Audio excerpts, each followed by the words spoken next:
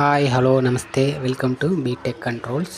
ಈಗ ನೋಡ್ತಾ ಇರೋದು ಏನಂದರೆ ಬೋರ್ವೆಲ್ ಮೋಟರ್ಗೆ ಟೈಮರ್ ಇನ್ಸ್ಟಾಲೇಷನ್ ಮಾಡಿದ್ದೀವಿ.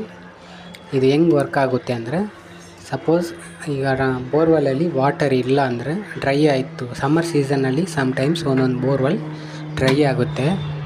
ಆ ಥರ ಇದ್ದಾಗ ಈ ಕಂಟ್ರೋಲನ್ನು ಫಿಕ್ಸ್ ಮಾಡಿದರೆ ಇದು ಟೈಮ್ ಟು ಟೈಮ್ ವರ್ಕ್ ಆಗುತ್ತೆ.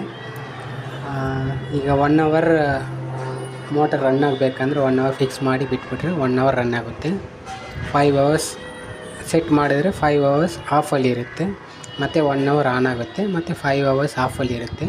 ಈ ಥರ ಸೈಕ್ಲಿಂಗ್ ಟೈಮರ್ ಬೇಸ್ಡಲ್ಲಿ ಇದು ವರ್ಕ್ ಆಗುತ್ತೆ.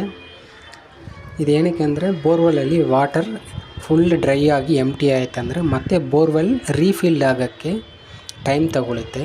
4 ಅವರ್ಸ್, 5 ಅವರ್ಸ್, 6 ಅವರ್ಸು, ಒಂದೊಂದು ಬೋರ್ವೆಲ್ 1 ಅವರ್ ತಗೊಳುತ್ತೆ.